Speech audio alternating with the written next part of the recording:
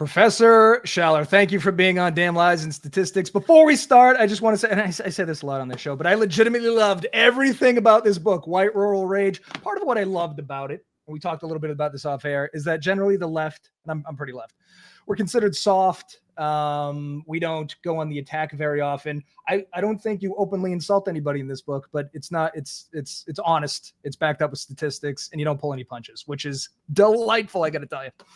So thank you for doing that. Thanks so much for having me on the show, Eric. All right, we're going to jump right into the damn lies because we have a lot to talk about here. I think there's a lot to talk about in the book that we're not going to get to, but these are 4 pervasive things I think the American public believes, and I think they are entirely full of shit. So, Brian, can you pull up the first one? This is damn lie number 1, which is that rural whites are more American than the rest of us. I pulled a few quotes from your book. I just want to read them and have you react to them. The idea that rural people, or more specifically rural whites, are the realest, best Americans is essential to the outsized power granted to the places they live. It's not always spoken aloud, but sometimes it is. As when Sarah Palin said on the campaign trail in 2008, we believe that the best of America is in these small towns that we get to go and visit, and in these wonderful little pockets of what I call real America. Being here with all of you, hardworking, very patriotic, very pro-America. I think she wanted to say white areas of this great nation. It goes back also. Thomas Jefferson in 1785 said, cultivators of the earth are the most valuable citizens. They are the most vigorous, the most independent, the most virtuous, and they're tied to this country and wedded to its liberty and interest in the most by the most lasting bands. I'm not sure what color these people were that he's referring to, but rural life has become an image, even a brand, one that exerts a powerful cultural pill. The brand is steeped in nostalgia, evoking an imagined time in the past when things were simpler and better, less tainted by modern life and its complexities. Here's what I don't understand. We are not largely white rural farmers. You say in the book that 7% of Americans are farmers, which is not a big number, and not all of those are white. So my question is, why do we cling to this idea of something that represents us that simply doesn't anymore? I think it's because they were the default region of the country, right? Our default sort of legacy Americans, the inheritors, the perpetual inheritors of the American sort of jewels, if you will, are what? White, male, Christian, and rural. And we mostly focus on the first 3, and we don't focus so much on the 4th, the geographic aspect of it, because we haven't been a rural country since the 1920 census. It's been 100 years since we've been a rural majority country. The 1920 census was the last time 51% or more people lived in rural communities. The vast majority of people now live in the suburbs and the cities. Only about 1 in 5, 20% of Americans live in rural America, and 1/4 of those, or 5% overall, are non-white. So you're down to 15%, 3/4 of that 20% are rural and white. And yet they exert an outsized influence electorally for reasons we'll talk about later, but particularly mythically, particularly in terms of the mythos of the country, which is rural people are more real. They're hardworking. They love their neighbors. They leave their doors open. They're the true blue dyed-in-the-wool Americans. We don't say they're any less American than anybody else. We just say they're not any more American. And this putting them on a pedestal is part of the problem, because it elevates their power beyond their numerical power. As we have said in repeated podcasts, and we sort of imply in the book, a 65-year-old white man who's retired military farmer and father and grandfather is no more, but no less real than a 22-year-old Afro-Latina lesbian living in Brooklyn who's finishing her master's degree while Ubering at night. They're both Americans. And that's as simple as that. And when we start to say somebody are truer or more real as Americans, you have a serious problem there. And, that needs to stop, as we say in the book. I think it's borne out interestingly, too, in the pickup truck mythos that you bring up. The idea that pickup trucks are sort of signals of masculinity. You see these a lot. I'm a huge football fan. There's a million pickup truck commercials. It's always people baling hay, throwing it in the back of a truck, doing lumber. Meanwhile, the beds are getting smaller and smaller. The back seats are getting larger and more luxurious. When I ask somebody to use the truck to move something, I'm like, oh shit, I don't want to scratch it. Because it's pickup truck and name alone. But this is the thing. Like, pickup trucks equals masculinity. America is the farmer. Neither one of these things is true, but it's so baked into our psyche. It seems like we can't get away from it, no matter the evidence to the contrary. Yeah, and the pickup truck ads you see on the football games on Sunday now are geared. Some of them take place with with people on the subways. They're selling, the pickup truck mentality, the real American mentality to people who live in the cities and suburbs. And you're right, the beds are getting smaller. 75% of pickup truck owners use the bed once or fewer, 0 times in the year. They're basically using it to pick up the kids to take them to soccer practice. And it's a status symbol. And yes, it's reflective of white precarity, and particularly white male precarity, that you need to have an $80,000 pickup truck while you complain about the price of gas and Joe Bidenomics. It's that, and it's also the idea that, like, globally, you look at our athletes, you look at our entertainment, movies, music, television. It's not fucking rural farmers. Like, America, like, obviously is a lot of things, but then in the popular zeitgeist, it's like, no, only the middle counts. They're the best, and it's weird. Yeah, and rural America is being taken over by non-whites too, right? When you have Little Nas X, winning Grammys, is a gay black guy from a small rural town, right? A smaller rural town than Jason Aldean, who says try that in a small town, comes from actually a kind of a big suburb city, right? Little Nas X is more rural in terms of his upbringing than a guy like Jason Aldean. And so just like Tiger Woods sort of punctured the white dominant golf world, increasingly minorities are puncturing the historically white rural sort of hegemony. But it's almost like for about half of us, facts don't matter. That's strange. All right, let's move on to damn line number 2. Sort of related, sort of not. I did want to talk about this because it's more specific. Damn line number 2 is, I'll pull that up, Brian. Rural whites are the epitome of patriotism, or the patriotic paradox of rural America. This is what you say in the book. The attitude of too many rural whites may be best described as, I love my country, but not our country. I always thought of it as, I love America, but I don't love Americans. So same sort of zip code. Because rural whites often brag about how much they love the United States, we call this phenomenon the patriotic paradox of rural America. Given the position they hold, rural whites ought to be the role model for democratic citizenship. They ought to have the highest voter turnout, the best run elections, the most participatory local government, and the most passionate commitment to binding legal ideals, American ideals. Instead, it's the opposite. Dozens of surveys and academic studies confirm that disproportionately high share of rural whites harbor unusually xenophobic, conspiracist, anti-democratic, and even dangerous attitudes. So where does this idea come from? Because is it that they're the first to say love it or leave it? Because honestly, it doesn't seem like they even love it that much. Why do we believe this to be true? I mean, a lot of this is us versus them, right? I mean, patriotism is fine, and it's been fun to watch the Harris Walz campaign reclaim patriotism and shouting USA at the convention, this summer. I think that was really remarkable. But patriotism's ugly, step cousin is nationalism, and its really terroristic, ugly second cousin is jingoism, right? Patriotism gets ugly when you think, wow, my country's better than all the other countries. And then jingoism, my country's so good that we're allowed to use force to do whatever we want around the world. And I think nationalism is a very dangerous sort of, trend that's happening, an emergent trend, and a lot of people are writing about it. And when you overlay that with the whiteness and the religious aspect, and you have white Christian nationalism, the people start to confuse their love for their country with their demand that the country look, think, act, pray, and love just like them and only like them.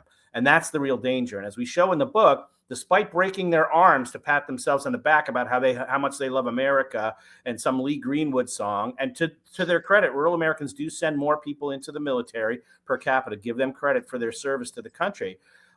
When we look at their commitment to the Constitution, the Bill of Rights, they're much more likely to say the president should act with unchecked power. Rural white people are much more likely to say January 6th was okay and to justify those actions. They actually don't express more patriotic attitudes. In fact, they express less patriotic commitments to norms and traditions, the Constitution, our rule of law, our inclusive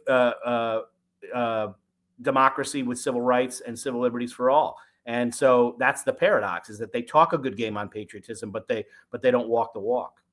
I agree with you about the Harris Walz campaign too, about the America thing, because if you see a dude in an American flag t-shirt, say, you automatically assume he's Republican. Like half of us, like the flag doesn't represent. The whole thing too with Kaepernick kneeling down, he's like, oh, he's insulting the soldiers. First of all, it had nothing to do with the soldiers, but it's just the American flag means very specific things, but only for about half the country, which is conceptually bizarre. I was wondering, and I want to get your opinion on this, does it have to do with this idea of like unconditional love? Because what you find is, I think the left tends to want the United States and what we represent to evolve and change. Whereas the right is like, oh, it's classically this thing. And if you want it to change, you hate it and you should leave it. You think that plays into any part of it? It certainly does. And I think it's like I started this answer is us versus them. So if you believe in the Constitution, its principles and traditions and history, it shouldn't matter what the face of the person who supports that Constitution is and swears on the oath to defend it. And I'll tell you what, I bet my entire salary, I bet my entire 403B retirement that Donald Trump couldn't pass the citizenship exam, but new citizens have to pass that exam often in a second language. You think Donald Trump could pass the citizenship exam in English without prepping or cheating? He couldn't certainly pass it in French. Right? He can barely speak English above a third grade level. I bet he doesn't know the difference between Madison and Monroe, right? So, it should matter what you believe, not who you are and what you look like and whom you pray to and whom you love and where you live. And I think some people in America, and it's not just rural Americans or rural white Americans, a lot of suburban whites, a lot of non-whites too, have forgotten this. They believe that patriotism is for me, but not for thee. And that's a problem. Here's a problem. I find myself to be very patriotic despite being very liberal. All right, let's move on to damn lie number 3. I think this is a very interesting one. This is something we hear all the time, which is that rural America is much safer than our cesspool cities. I want to pull a couple quotes from the book. You say, crime continues to be portrayed and is an almost exclusively urban phenomenon. When crime rates spiked during the COVID-19 pandemic in 2020, it led to a wave of media coverage that, in both mainstream and conservative media, focused on cities such as San Francisco and Chicago, both supposed to be bastions of liberal values and nightmares of crime. What wasn't a topic of extended discussion in the media was the fact that at the same time, there was dramatic crime increase in rural areas where violent crime rose 25% in 2020. According to the CDC, the homicide rate in Oklahoma at the time was 9 per 100,000 people, while in California, it was 6.1, and in New York, it was 4.7. Oklahoma's violent crime rate has been higher than either New York or California for 2 decades. In a detailed examination of the geography of gun violence, Political Magazine's Colin Woodward showed that gun deaths were rated lower per capita in New York City than in red America enclaves, where Second Amendment advocates repeat more guns equals less crime talking points. Total gun deaths, of course, include suicides. In 2021, more than half of U.S. gun deaths, 54%, were suicides. This area also has the highest rate of pregnancy-related deaths. They were hit hard by the opioid crisis. I suspect that there's a lot of unreported crime as well. It just seems like a weird place to idolize as a crime-free utopia. Why do we do it? Well, the funny thing here, I'll tell you 2 little anecdotes, one of which is in the book, and one of which I'm not sure if is in the book because it happened subsequently. Kevin Stitt, the governor of Oklahoma, was in a debate during his reelection campaign in 2022, and the Democratic governor pointed out that Oklahoma has higher per capita violent crime rates than New York City. And when it was his turn to speak, he just put his hands up and said, does anybody really believe that? And it's true, and it's the fact of the matter is the Oklahoma governor didn't know it, or worse, he damn well knew it was true, but he knew that because all of his supporters listen to talk radio all day and Fox News or OANN, that they're fed a steady diet of crime in the cities and crime in the cities and crime in the cities.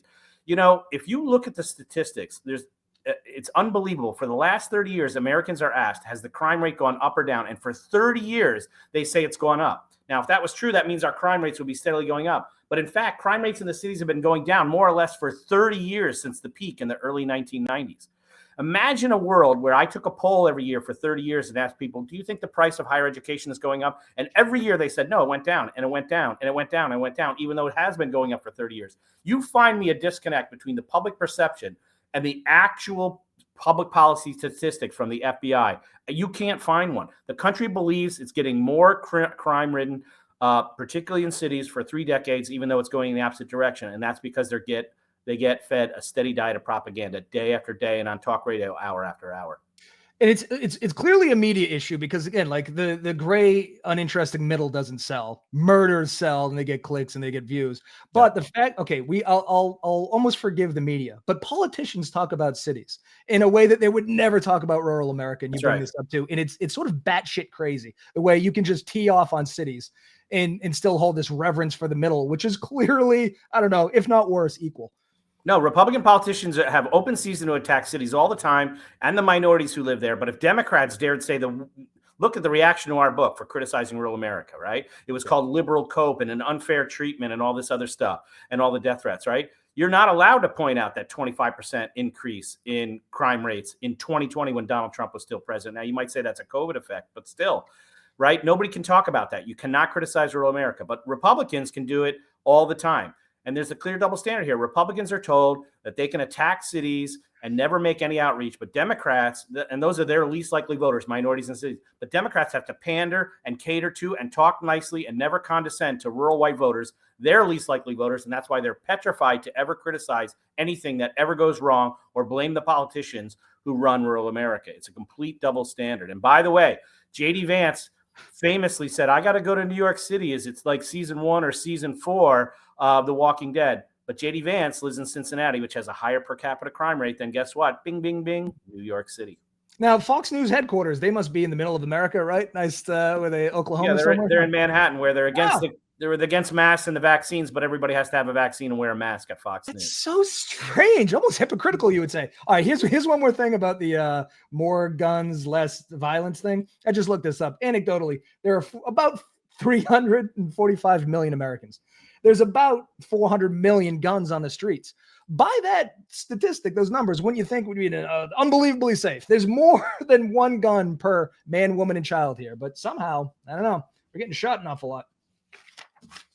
Strange. Okay. I need some help on damn line number 4. I need you to explain this one to me. Okay. It's complicated and it's frustrating, but Brian, if you could pull up damn line number 4. It's one vote, one person, one vote still matters and matters of electing a president. Okay. You say this about outsized political power. Unlike other demographic subgroups, rural whites wield inflated power in U.S. politics. Since the rise of Jacksonian democracy nearly 2 decades ago, rural whites have enjoyed what we call essential minority status because they've been able to extract concessions from state governments and especially the national government that no other group their size possibly could. In a country that is roughly 20% rural, with about 1/4 of that 20% being non-white, rural whites now constitute about 15% of the total U.S. population. Rural whites exert power beyond their numbers and surely can improve their communities were they to use this power judiciously. Okay. Can you explain how they came to have so much power, how they use it, and how it goes beyond the Electoral College? I mean, some of it's not their fault, right? The Constitution creates the Electoral College. The Constitution creates the Senate. So Wyoming, which is a state with 584,000 people at the last census, it's smaller than 120 different counties in the United States, including 4 counties in Maryland where I live. Each are bigger than Wyoming. It has the minimum 1 House member and the guaranteed 2 senators, and therefore 3 electoral votes.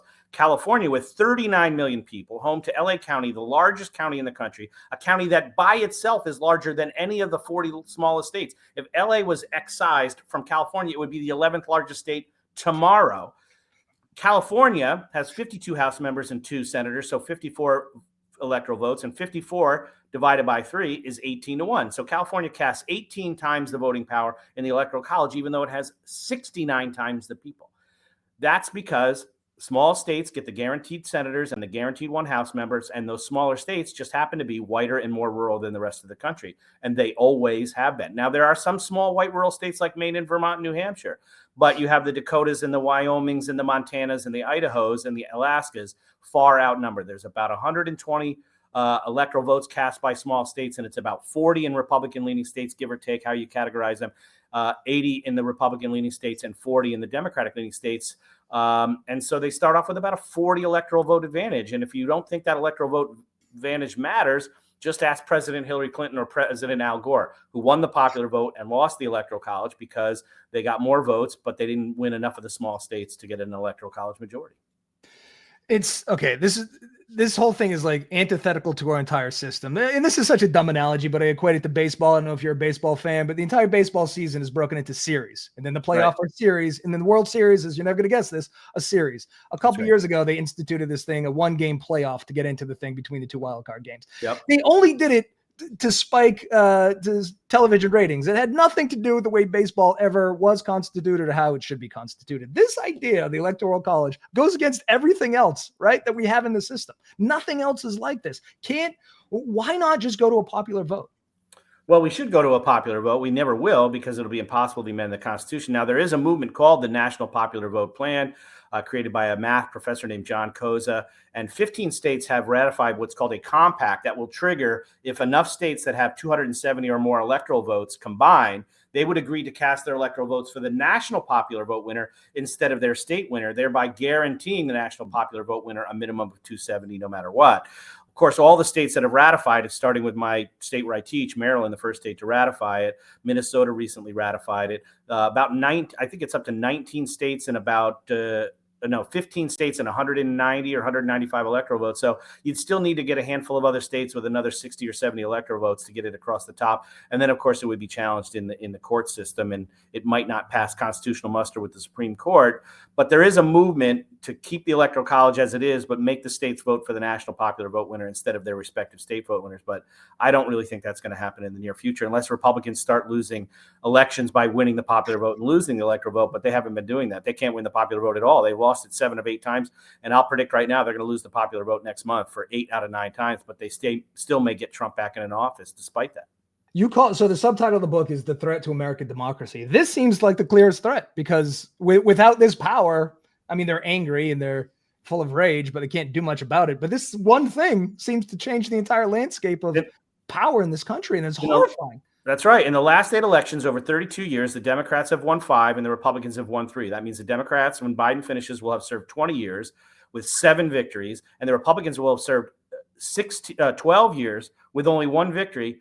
But in that 32-year period, the Democrats got 5 appointments to the Supreme Court and the Republicans got 5. So you win 7 out of 8 presidential elections and you still only get half the appointments, even though you're in office for 20 of those 32 years, 5/8 of those years, because the Electoral College took 2 elections and gave them to the Republicans, and Bush got 2 nominees, and as we know, in 8 years, and Trump got 3 in 4 years. That's your court majority right there.